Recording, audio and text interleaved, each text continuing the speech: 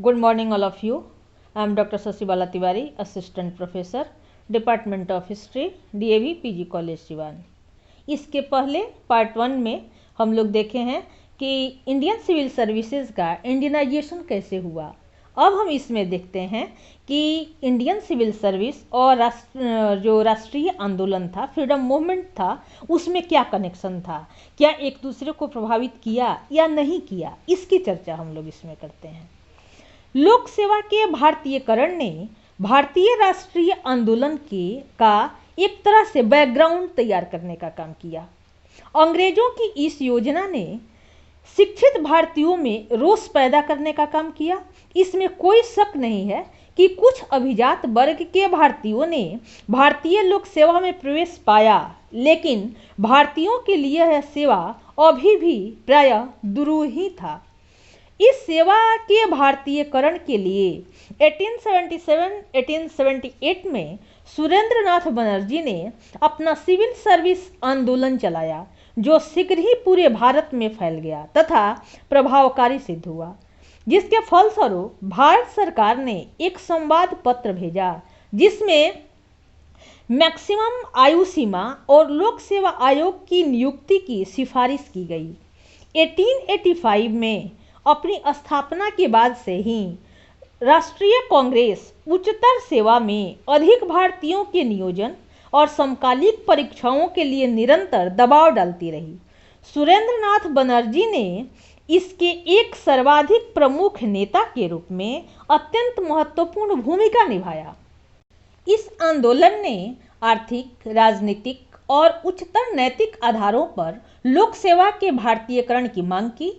इसके अनुसार यूरोपीय लोगों को बड़ी उच्च दरों पर भुगतान किया जाता था, जबकि उसी सेवा के लिए उसी योग्यता वाले भारतीयों को बहुत कम वेतन दिया जाता था। दूसरे, यूरोपीय लोग अपनी आय का एक बहुत बड़ा भाग भारत से बाहर भेजते जा रहे थे और भारत से धन के निष्कासन में वृद्धि हो रही थी। इसी से रिलेटेड हम लोग देखते हैं ड्रेन ऑफ वेल्थ की थ्योरी इसी से रिलेटेड थी। राजनीतिक दृष्टि से राष्ट्रवादियों को यही आशा थी कि इन सेवाओं का भारतीयकरण प्रशासन को भारतीय आवश्यकताओं के प्रति सहानुभूतिपूर्ण बनाएगा। रिपन और डफरिन जैसे वायसरायों के सहानुभूतिपूर्ण दृष्टिकोण से सुधार कार्य को आसान बनाने में बहुत हद तक सहायता मिली। 1886 में कमीशन की नियुक्ति डफरिन की एक अभियुक्ति के कारण ही हुई कि कोई भी संतोषप्रद योजना आमूल परिवर्तन किए बिना परिकल्पित नहीं की जा सकती। वस्तुतः कर्जन ने 1900 में सेवा की उच्च श्रेणियों में भारतीयों के प्रवेश पर प्रतिबंध नहीं लगाने के लिए डफरिन की आलोचना की। यद्यपि रिपन और डफरिन भारतीयकरण की दिशा में बहुत दूर तक जाने को तैयार नहीं थे, फिर भी उनकी जो सिंपैथीपूर्ण पॉलिसी थी उससे सुधारों को लागू करने में आसानी हुई।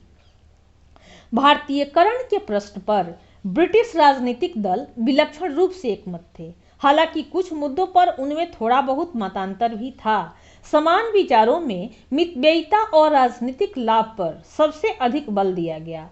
भारतीय तत्व का उपयोग कम खर्चीला है, यह निर्विवाद था। उनका मत था कि भारतीयों को नियोजित करने से सरकार लोकप्रिय होगी, लेकिन अधिकारी वर्ग इस मत से सहमत नहीं थे।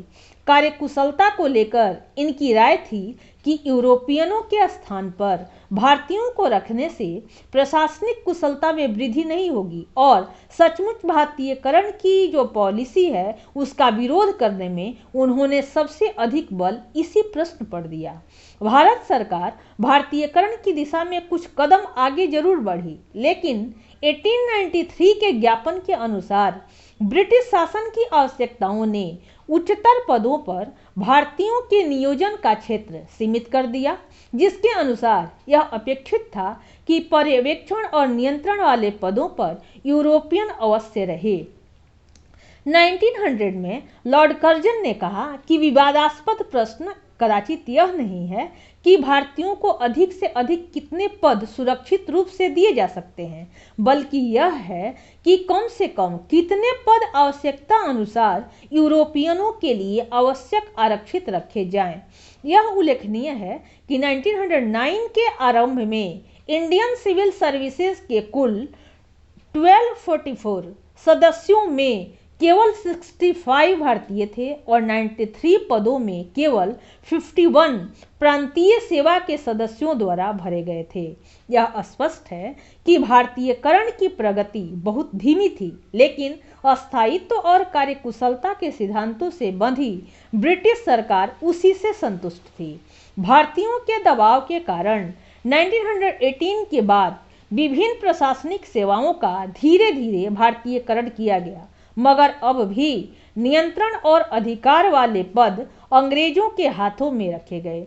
इसके अलावा जनता ने शीघ्र ही देखा कि इन सेवाओं के भारतीयकरण के होते हुए भी उनके हाथों में कोई राजनीतिक शक्ति नहीं आई।